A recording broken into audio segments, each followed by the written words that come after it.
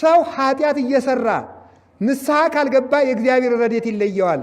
የእግዚአብሔር ረድኤት ሲለየው በሰው ልጅ ሕሊና ሁልጊዜ ሐዘን ይወጣል ይወርዳል። ከዚያ የተነሳ እግዚአብሔር ብርሃን ነውና የእግዚአብሔር የረድኤት ፊት የተመለሰበት ልብ አንድ ቀን እንኳን ደስታ ያገኝ።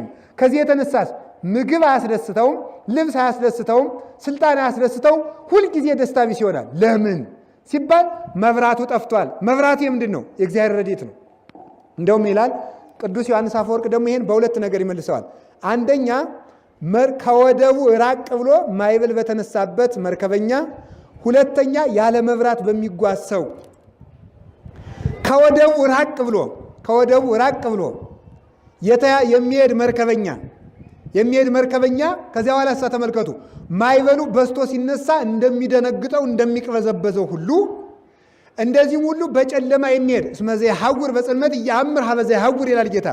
በጨለማ የሚሄድ ሰው የሚደርስበትን አያውቅም እንዳለ በጨለማ የሚሄድ ጉቶ፣ ቁጥቋጦ፣ ድንጋዩ ሁሉ አውሬ እየመሰለው ይደነግጣል፣ ይቅበዘበዛል፣ ይፈራል። እንደዚሁም ሁሉ የእግዚአብሔር ረድኤት የተለየው ሰው፣ ንስሐ መግባትን ያቆመ ሰው እግዚአብሔር የረድኤቱን መብራት ከልቡናው ሲያጠፍበት ሁልጊዜ ሐዘንተኛ ይሆናል ብሎ ይነገራል።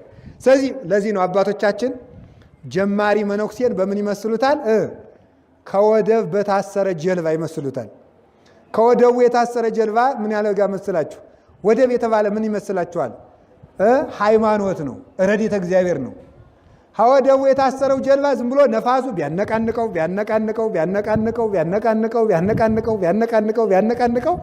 ምንም አይገለበጥም። ወደቡ ታስሯልና በፍቅረ እግዚአብሔር የጸና ከሃይማኖቱ የጸና ከበዓቱ የማይወጣ መነኩሴም አንድ ቀን ሰረቅ ቢለው፣ አንድ ቀን ካድ ቢለው፣ አንድ ቀን ገሊት ጋር ዝሙት ስራ ቢለው ዝም ብሎ ይሄ ነፋሱ ነው። ቢያነቃንቀው ከወደቡ ስላለ ችግር የለም። ብቻ ሃይማኖቱን ካልካደ አምላከ አበው እርዳኝ ካለ ቢጸልይ ተመልከቱ። መቼም የመነኩሴ ኑሮ ገመና ማውጣት እንዳይሆን እንጂ አይጣልም።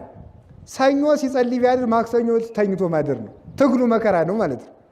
ብቻ ግን ዋናው መሰረታዊ ነገር ምንድን ነው? ተመልከቱ። ዋናው መሰረታዊ ነገር ከወደቡ አለመራቅ ነው። ወደብ ማን ነው? ረድኤተ እግዚአብሔር ነው።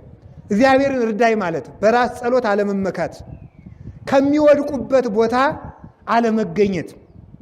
እውነቴን ልንገራችሁ፣ ሰውን ቅዱስ የሚያደርገው ጊዜና ቦታ ነው። ከማይገባ ቦታ ከተገኘ ምን ንጹሕ ሰው ቢሆን ይረክሳል። ስለዚህ የሰው ልጅ አይምሮውን የሚያጎሰቁለው ጊዜና ቦታ ነው። በደግ ዘመን ሁሉም ሰው ጻድቅ ነው። ቤተ ክርስቲያን ውስጥ እኔም ቅዱስ ነኝ። ቤተ ክርስቲያን ውስጥ ከሆነ ከባቴ ከሆነ ቅዱስ ነኝ። ግን አሁን ለምሳሌ ጭፈራ ቤት እጄ እኔ ጥሩ መነኩሴ ነኝ፣ ይሄ አይጣል አይድረስ ነው። ሰው በቦታ ይቀደሳል፣ ሰው በጊዜ ይቀደሳል። ከዚህ የተነሳ ሰው የሚውልበትንና የሚያመሽበትን ከባረከ ሰውነቱ ሁሉ የተባረከ ይሆናል። ከተባረከ በኋላ ቦታ የዋለ ሰው ይባረካል። ኩሉ ዘለከፎ ለመስዋዕት ይትቀደስ። ሙሴ መስዋዕቱን ሰውቶ በደሙ መሰዊያውን ይረጨዋል። መሰዊያውን የነካ ሁሉ ይቀደሳል።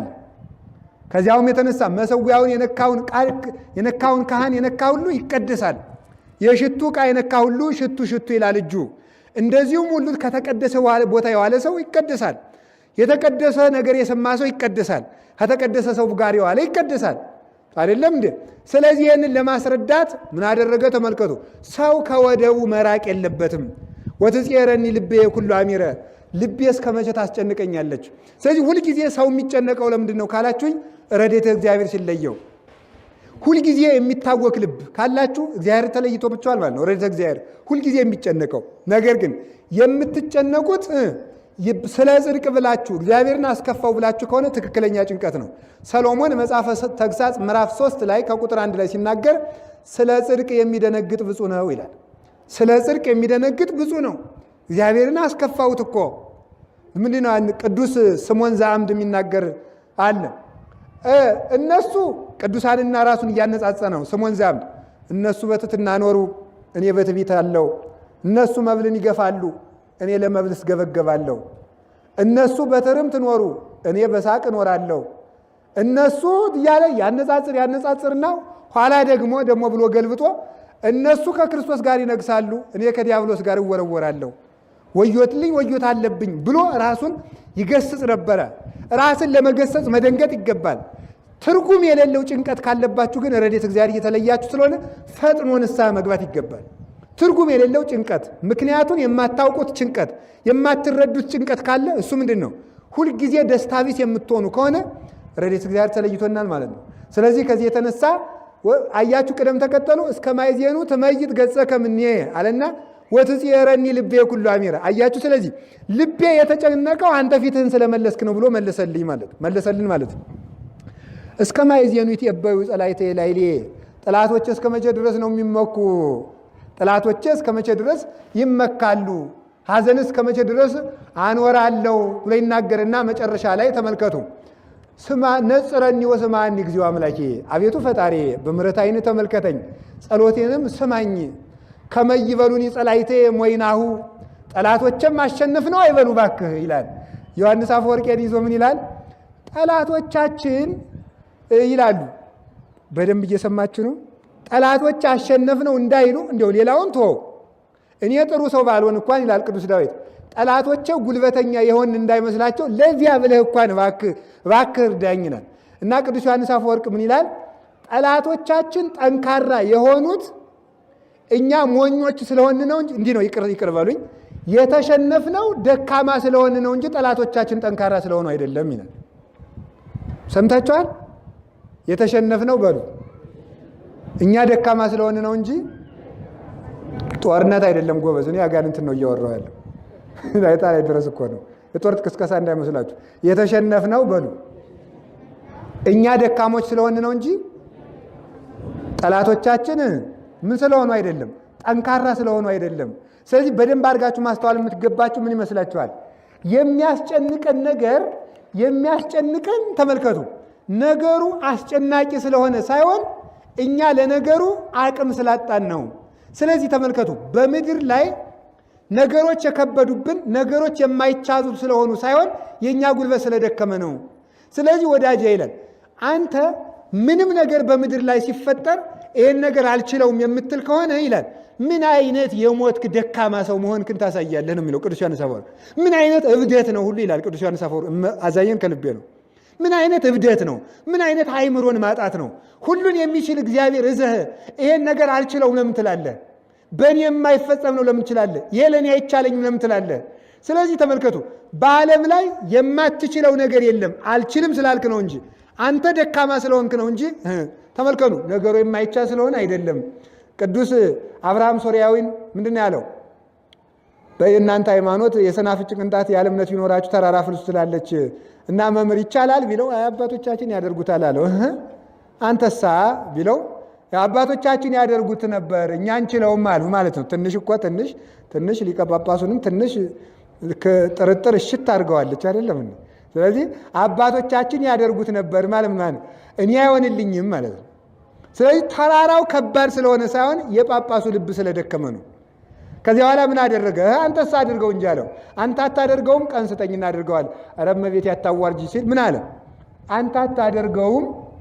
ተመልከቱ፣ ለእኔም ለልጄም ፍቅር ብሎ አይኑን አውጥቶ የሰጠ ጫማ ሰፊ ያለ እሱ ነው የሚያደርገው አለ። እስቲ አሁን በጉልበት ጳጳሱና ተመልከቱ፣ ተራራውን በግፊያ ቢሆን ኑሮ ጳጳሱና ስምዖን ማን ይገፈው? ጳጳሱ ይገፈው ነበር። ያ ደካማ ጫማ እየሰፋ የሚበላ ሌሊት ውሃ ሲሸከም የሚያድግ ነው። ጳጳሱ ደግሞ ወንበራቸው ተቀምጠው እግዚአብሔር የተመሰገነ ይሁን የሚውሉ ነበሩ ማለት ነው። ስለዚህ ተመልከቱ፣ ነገሩ የሚለካው በተራራው ክብደት ሳይሆን በሃይማኖት ክብደት ነው። ከዚህ የተነሳ ተመልከቱ፣ ያ ደካማ መጥቶ ገፋው፣ ሊቀ ጳጳሱ የተሳነውን ማለት ነው። ለምንድን ነው እንደዚያ የሆነው ሲባል የሃይማኖት ጥንክርና ነገሮችን ያቀላቸዋል፣ የሃይማኖት መላላት ነገሮችን ያከብዳቸዋል። ስለዚህ በዓለም ላይ ያለ ከባድ ነገር ሁሉ የሚወሰነው በሃይማኖት ጉልበት እንጂ በነገሩ ከባድነት አይደለም ማለት ነው። እንግዲህ የምትረዱኝ ከሆነ ይሄ ነው። የትኛውንም ያህል ከፍ ያለ እሳት ቢነድ፣ የትኛውን ያህል ከሰማይና ከምድር የከበደ ነገር ቢኖር በዓለም ላይ ያለ ነገር ከባድነቱ የሚለካው በሃይማኖት መላላት ነው ማለት ነው እንጂ ተመልከቱ በነገሩ ክብደት አይደለም። ያ ማለት ነው ሃይማኖት ካለን ሁሉም ነገር ይቻላል ማለት ነው። ስለዚህ አሸነፍነው እንዳይሉ አንድ ነገር ልንገራችሁ አደራችሁን። ምን ማለት የመሰላችሁ ይሄን አሁን ተመልከቱ፣ ጠላት እኛ የተሸነፍነው ነገሩ ከባድ ስለሆነ ሳይሆን እኛ ደካሞች ስለሆነ ነው አለ። እኛን ያሸነፉን ጠላቶቻችን ጠንካራ ስለሆኑ ነው እንጂ ሳይሆን እኛ ደካማ ስለሆኑ። በደንብ አስተውሉልኝ። ለምሳሌ አንድ መናፍቅ መጥቶ እስቲ ተመልከቱ በስመ አብ በልና ይህንን ውሃ ከሁለት ሰንጥቀውና እኔ ኦርቶዶክስ ሆናለሁ ቢለኝ እኔ ቢያቅተኝ ሳላደርገው ብቀር በደንብ ማስተዋል የሚገባችሁ ታምራቱን ያላደረግኩት የእሱ ሃይማኖት ትክክል ስላልሆነ ሳይሆን እኔ ትክክል ስላልሆንኩ ነው። ምን ማለት እንደሆነ ገባችሁ ነው? አልገባችሁም? ተመልከቱ። እኔ ታምራቱን ያላደረግኩት ለምሳሌ አሁን ከመናፍቃን አዳራሽ ሂዶ ሰው ዳንኩ ብሎ ይመጣል። ደግሞ እኔ መስቀል አይንን መስቀል ጽደዝነ ስለው አልድንልኝ ብሎ ይሄዳል። ስለዚህ ሰውየው ያልዳነው የፓስተሩ ሃይማኖት ትክክል ስለሆነ ሳይሆን እኔ ጅል ስለሆንኩ ነው ማለት ነው። ማወቅ የሚገባችሁ ማለት ነው። ብዙ ጊዜ ምን ያደርጋል መሰላችሁ? እኛ የተሸነፍነው ከእግዚአብሔር አለመቻል ወይም ከሃይማኖታችን ትክክል አለመሆን ወይም የሌሎቹ ሃይማኖት ትክክል ስለሆነ ሳይሆን በእኛ ላይ ተመልከቱ፣ ሃይማኖቱ እንዲሰራ የሚያደርግ የተከፈተ በር ስለሌለን ነው ማለት ነው። ከዚህ የተነሳ ነው ከመይበሉን ጸላይቴ ሞይናሁ ጠላቶቼ እኔ እኮ ጀግና ስለሆንኩ ነው እንዳይሉ፣ አይ ዳዊት ኃጢአት ሰርቶ ነው እንጂ የተሸነፈው እናንተ ጠንካራው ናችሁ አይደለም ብለ የእነሱን ትዕቢት ለማብረድ ብለ በእኔ ላይ በረድኤት ተገለጥልን ይላል እግዚአብሔር። ጠላቶቻችን እንዳይታበዩብን ረድኤቱን በላያችን ላይ ያብራ። ተማረን የመከረን የአባቶቻችን አምላክ ቅዱስ እግዚአብሔር ይስማን። ወስብሐት ለእግዚአብሔር ወለወላዲቱ ድንግል ወለመስቀሉ